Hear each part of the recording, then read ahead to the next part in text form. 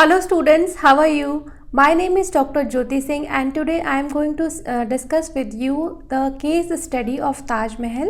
ताज महल जो है वो कैसे डे बाय डे जो है पॉल्यूशन की वजह से उसमें खराबी आती जा रही है, उसका जो मार्बल है वो डिग्रेड कर रहा है। ठीक है, तो जैसे हमने पहले वीडियो में देखा कि जो पॉल्यूशन है इसमें बहुत सारी गैसेस निकलती हैं, जैसे sulphur dioxide, nitrogen dioxide, carbon dioxide, carbon monoxide, shoot particles, है ना। बहुत तरीके के पॉल्यूशन हो सकते हैं एयर में। तो इनका इफेक्ट लिविंग ऑर्गेनिजम्स पे तो पड़ता ही है। लिविंग मतलब जैसे कि ह्यूमन बीइंग्स हैं, एनिमल्स हैं, है ना, और प्लांट्स हैं। लेकिन इसके साथ ही साथ नॉन लिविंग थिंग्स के ऊपर भी इसका बहुत गहरा असर पड़ता है। नॉन लिविंग थिंग्स में क्या चीज़ें आ गई, जैसे कि ताजमहल देख रहे हैं, बहुत सारी बड़ी बड़ी बिल्डिंग्स देख सकते हैं आप, बहुत सारे मॉन्यूमेंट्स हैं, ठीक है, बहुत सारे हिस्टोरिकल चीज़ें हैं। तो इनके ऊपर भी इन पॉल्यूटेंट्स का असर पड़ता है। ठीक है, तो एक केस स्टडी दी गई है ताजमहल की। ठीक है, ताजमहल को एज अ केस स्टडी मानकर रख के हम एक तरीके से स्टडी करेंगे कि पॉल्यूशन जो है कैसे अफेक्ट करता है नॉन लिविंग थिंग्स को। जैसे कि एक एग्जांपल के तौर पे हमने ताजमहल को लिया है, सपोज हमने ताजमहल को ले लिया और अब हम स्टडी करेंगे कि डिफरेंट पॉल्यूटेंट्स का क्या असर पड़ता है ताजमहल के ऊपर। तो इसी को कहते हैं केस स्टडी। ठीक है, so over the past 2 decades India's most famous tourist attraction Taj Mahal located in Agra has become a matter of concern। तो पिछले 20 सालों से 2 decades, एक डिकेड कितने दिन का होता है, 10 साल का एक डिकेड होता है। तो 2 डिकेड मतलब 20 ईयर्स, यहाँ 20 साल की बात की जा रही है। तो पिछले 20 सालों में जो ताजमहल है वो इंडिया का one of the most visited tourist places है। फॉरेन से लोग आते हैं ताजमहल को देखने, इंडिया से भी काफ़ी लोग जाते हैं हर साल ताजमहल को देखने। बहुत ही बड़ा ये टूरिस्ट अट्रैक्शन है ताजमहल। ठीक है, क्योंकि ये बहुत ही खूबसूरत है। ठीक है, बहुत अलग तरीके से इसकी बनावट है, इसको बनाया गया है। और ये कहाँ पे है सिचुएटेड, ताजमहल आगरा में है। ठीक है, सो हैज़ और लेकिन इसके ऊपर बहुत सारा मैटर ऑफ कंसर्न मतलब चिंता का विषय हो गया है। क्यों हो गया है, क्योंकि experts have warned that pollutants in air are decolouring its white marble. तो आपने ताजमहल का फोटो देखा होगा, है ना। ताजमहल कैसा होता है, वाइट मार्बल का बना हुआ है, मार्बल। ठीक है, यानी संगमरमर के पत्थर से बना हुआ है, वाइट कलर के संगमरमर के पत्थर से बना हुआ है। तो जो संगमरमर का पत्थर होता है इसकी कॉम्पोजिशन होती है, ये होता है कैल्शियम कार्बोनेट, एक तरीके से CaCO3। ठीक है, केमिकली ये कैल्शियम कार्बोनेट होता है। सो अब इसके जो ये मार्बल है, इसके जो वाइट कलर है, एक्सपर्ट्स ने ये देखा है कि धीरे धीरे जो ये जो शाइनिंग थी, इसकी वाइट कलर की शाइनिंग है, ये डी कलर हो रहा है, यानी येलोइश टाइप का हो रहा है। इसकी जो चमक है वो खो रही है due to pollutants in the air. जो एटमॉस्फेयर है अगल बगल आगरा का, उसमें बहुत सारे पॉल्यूटेंट्स हैं जिसकी की वजह से ताजमहल की चमक जो है वो कम हो रही है। ठीक है, it is not only the living organism that get affected by polluted air but non living things like buildings, monuments and statues also get affected. तो केवल लिविंग ऑर्गेनिज्म ही नहीं इफेक्ट हो रहे हैं पॉल्यूशन से, नॉन लिविंग चीज़ें भी बहुत ज़्यादा अफेक्टेड हो रही हैं। ये ताजमहल की केस स्टडी से हमको पता चल रहा है। ठीक है, the industries located in and around Agra like rubber processing, automobile chemicals and specially the Mathura oil refinery have been responsible for producing pollutants like sulfur dioxide and nitrogen dioxide। तो आगरा के अगल बगल देखिए, एयर पोल्यूशन में क्या होता है कि एयर पोल्यूशन कहीं एक जगह होता है लेकिन इसका असर जो होता है वो बहुत दूर तक होता है। मतलब क्योंकि एयर जो है वो फ्री है कहीं भी आने और जाने के लिए, है ना, एयर पे तो कोई रिस्ट्रिक्शन नहीं है। तो यहाँ पे मान लीजिए आप कोई ऐसा काम कर रहे हैं जिससे कि इन्वायरमेंट में SO2 और NO2 निकल रहा है, तो इसके 5 से 10 किलोमीटर के रेडियस में इसका असर बहुत तगड़ा हो सकता है। ज़रूरी नहीं है कि हम कहेंगे अरे उसकी दूरी तो हमसे 10 किलोमीटर है, इसका असर वहाँ कहाँ होगा, ऐसा नहीं है, क्योंकि एयर तो फ्री है ना मूव करने के लिए। तो आगरा के अगल बगल जो भी जोन है 10 किलोमीटर का रेडियस ताजमहल के अराउंड, या 20 किलोमीटर का जो रेडियस है, उसमें अगल बगल काफ़ी इंडस्ट्रीज़ थी उस वक्त। रबर की इंडस्ट्री, ठीक है, पेट्रोलियम रिफाइनिंग की इंडस्ट्री, ऑटोमोबाइल की इंडस्ट्री, इस तरह की इंडस्ट्री से काफ़ी सारी जो है वो सल्फ़र डाइऑक्साइड और नाइट्रोजन डाइऑक्साइड की तरह की गैसेस निकलती हैं, ठीक है। SO2 मतलब सल्फ़र डाइऑक्साइड जिसको हम कह रहे हैं वो क्या होता है SO2, ये है सल्फ़र डाइऑक्साइड। नाइट्रोजन डाइऑक्साइड मतलब NO2, ये नाइट्रोजन डाइऑक्साइड है, और ये दोनों ही मेजर पॉल्यूटेंट्स हैं, ठीक है। सो इनका कैसे असर पड़ता है इसको हम स्टडी करते हैं, ठीक है। So these gases react with water vapour present in the atmosphere to form sulphuric acid and nitric acid. अब जैसे कि ये असर कैसे करते हैं ये गैसेस, जैसे कि SO2 है, ये सल्फर डाइऑक्साइड है, और जो हवा में वाटर वेपर प्रेजेंट है, ठीक है, या बारिश होती है कहीं पे कभी तो H2O वाटर, ठीक है, इससे ये केमिकल रिएक्शन होता है तो क्या बनता है H2SO3 भी बन सकता है और H2SO4 भी बन सकता है, ठीक है। तो सल्फ्यूरस एसिड, ये जो है SO3 जो है ये सल्फ्यूरस एसिड है, और ये H2SO4 जो है वो सल्फ्यूरिक एसिड है, ठीक है। इसी तरीके से सेम नाइट्रिक एसिड भी बनता है, ठीक है, इसी तरीके से सेम जो है वो नाइट्रिक एसिड भी बनता है, ठीक है। तो ये दोनों ही acid, sulphuric acid, sulphurous acid और नाइट्रिक एसिड, ये तीनों ही एसिड्स बहुत ही ज़्यादा खतरनाक स्ट्रॉन्ग एसिड्स हैं। तो ये क्या करती हैं कि ये एसिड्स जब बारिश होती है तो इस तरह की बारिश को क्या कहते हैं हम, एसिड रेन। तो इस तरह की एयर अगर इन्वायरमेंट में है तो ये एयर इन्वायरमेंट के वाटर वेपर या जब कभी बारिश होगी तो बारिश के साथ मिल करके एसिड का रूप ले लेगी, और जब इस तरह का पानी, इस तरह का वाटर वेपर उस मार्बल से टच होगा, ठीक है, उस मॉन्यूमेंट, जैसे हम यहाँ स्टडी कर रहे हैं ताजमहल की, अभी तक हमने डिस्कस किया कि कैसे जो है वो एसिड रेन का फॉर्मेशन हुआ, ठीक है। अब एसिड रेन जो है कैसे जो है डिग्रेड करती है मार्बल को। मार्बल क्या होता है, वो लाइमस्टोन होता है जिसको कि हम कहते हैं कैल्शियम कार्बोनेट। तो H2SO4 जो एसिड है, एसिड रेन, वो कैल्शियम कार्बोनेट के साथ यहाँ पे रिएक्ट करता है, ठीक है। यहाँ पे आप देख सकते हैं जब ये कैल्शियम कार्बोनेट के साथ यहाँ पे रिएक्ट करेगा तो वो कैल्शियम सल्फेट बनाएगा और H2CO3 बनाएगा, ठीक है। अभी H2CO3 जो है वो CO2 गैस और वाटर में टूट जाएगा।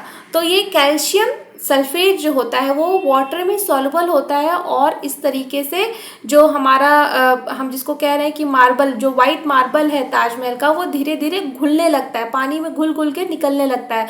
तो उसके ऊपर जो भी नक्काशियाँ की गई हैं उसके ऊपर छेद, जगह जगह गड्ढे बनने लगते हैं, है ना, क्योंकि कहीं कहीं का वो एक मतलब यूनिफॉर्म तरीके से तो नहीं डिजॉल्व होगा, धीरे धीरे जैसे जहाँ जहाँ बूंद गिरेगी वहाँ वहाँ वो डिजॉल्व होते जाएगा। तो इस तरीके से हम देख सकते हैं कि जो है मार्बल कैंसर इसी को कहते हैं, कि कैसे जो है वो हमारा ताजमहल का जो पत्थर है, जो मार्बल है, वो कैसे डिग्रेड कर रहा है डे बाय डे, ठीक है। इस gases react with water vapour present in the atmosphere to form sulphuric acid and nitric acid, ठीक है। So the acid drops down with rain making the rain acidic. तो जब इस तरह की गैसेस बारिश के पानी से मिलती हैं या वाटर वेपर जो अगल बगल प्रेजेंट रहता है उससे रिएक्ट करती हैं तो वो एसिड्स का फॉर्मेशन करती हैं, और इसको क्या कहते हैं, एसिड रेन, ठीक है। So this is called acid rain, ये एसिड रेन का कारण बनती है। Acid rain crores the marble of the monument. तो जो एसिड रेन है वो जो मार्बल है जिसको मैंने कहा कि कैल्शियम कार्बोनेट से बना रहता है उसको करोड करती है। ये एसिड है H2SO4 है, वो कैल्शियम कार्बोनेट से रिएक्ट करेगी और उसको करोड करेगी, उसको ख़त्म कर देगी। एसिड जो है उसमें ये डिज़ोल्व हो जाएगा, तो क्या होगा, धीरे धीरे जो ताजमहल का मार्बल है वो करोड हो जाएगा, ठीक है। So the phenomena is also called marble cancer. इसको कहते हैं मार्बल कैंसर। इस तरह के एसिड रेन के थ्रू मार्बल के डीजेनरेशन को क्या कहते हैं, कैंसर ऑफ द मार्बल, ठीक है, या marble cancer. Suspended particulate matter such as soot particles emitted by Mathura oil refinery has contributed towards the yellowing of the marble.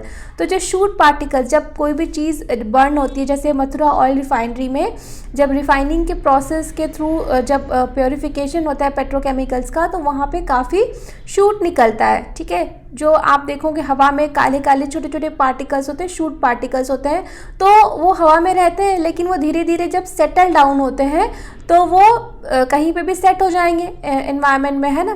तो जब वो ताजमहल के मार्बल के ऊपर पहुंचते हैं तो वो मार्बल से रिएक्ट करते हैं और उसका कलर जो है उसको ख़राब करते हैं।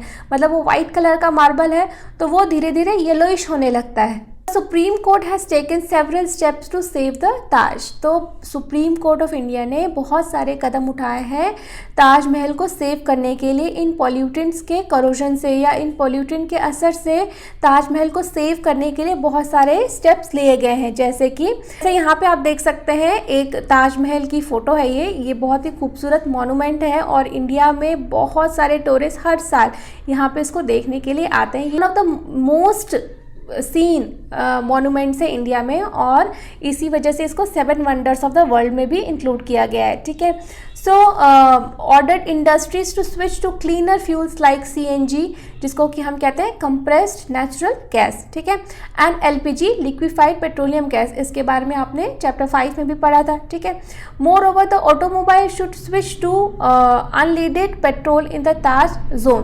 तो ताजमहल का जो है वो एक जोन जो है वो बनाया गया है कि ताजमहल के जो 10 किलोमीटर के रेडियस में कोई भी व्हीकल जो है वो पेट्रोल या डीजल से नहीं चलेगा, वो या तो CNG व्हीकल्स होंगे या वो LPG से ही चलेंगे। मतलब ताजमहल के अगल बगल के एरियाज़ में बिल्कुल भी कोई भी पेट्रोल डीजल का इंजन नहीं चलेगा।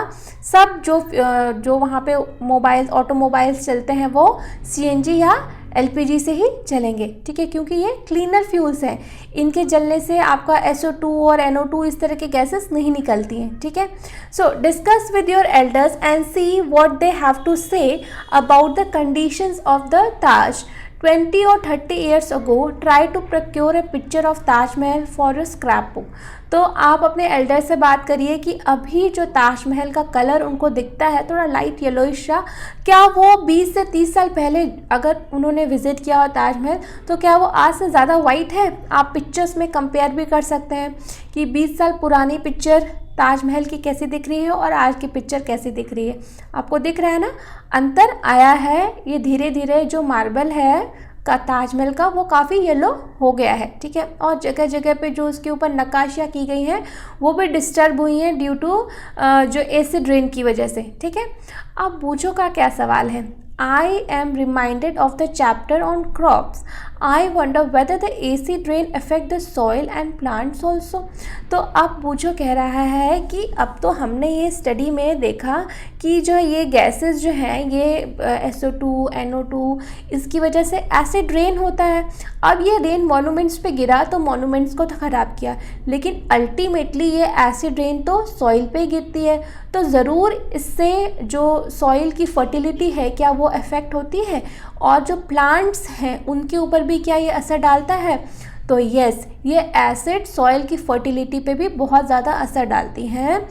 एसिड रेन की वजह से सॉइल का pH जो है वो कम हो जाता है, तो कम pH में बहुत सारे न्यूट्रिएंट्स जो होते हैं वो प्लांट्स के लिए अवेलेबल नहीं रह पाते हैं। ठीक है, मतलब पहले जो प्लांट्स उनको अब्जॉर्व कर लेता था अपने अंदर, अब वो प्लांट्स के लिए अवेलेबल नहीं है, वो एसिड से रिएक्ट कर जाते हैं। ठीक है, और दूसरी प्रॉब्लम ये आती है कि एल्यूमिनियम, जिसको हम कहते हैं कि एल्यूमिनियम अर्थ में अबंडेंट है, तो जब एसिड रेन होती है तो बहुत सारा एल्यूमिनियम जो कि अभी कंबाइंड फॉर्म में है, मतलब धरती के अंदर जो सॉइल होती है उसके अंदर वो बहुत सारे मिनरल्स के साथ कंबाइंड फॉर्म में एग्जिस्ट करता है, तो वो अवेलेबल नहीं रहता। लेकिन जब एसिड पड़ता है तो उन मिनरल से ये अनलॉक हो जाता है एल्यूमिनियम। ठीक है, और एल्यूमिनियम प्लांट्स और एनिमल्स दोनों के लिए ही अच्छा नहीं है, एक तरीके से पॉइजनस है। ठीक है, तो बहुत लंबे समय तक एल्यूमिनियम का इस्तेमाल करने से बहुत सारे न्यूरोलॉजिकल डिजीज़ेज़ और बहुत सारी प्रॉब्लम्स आ सकती हैं animals as well as in plants में।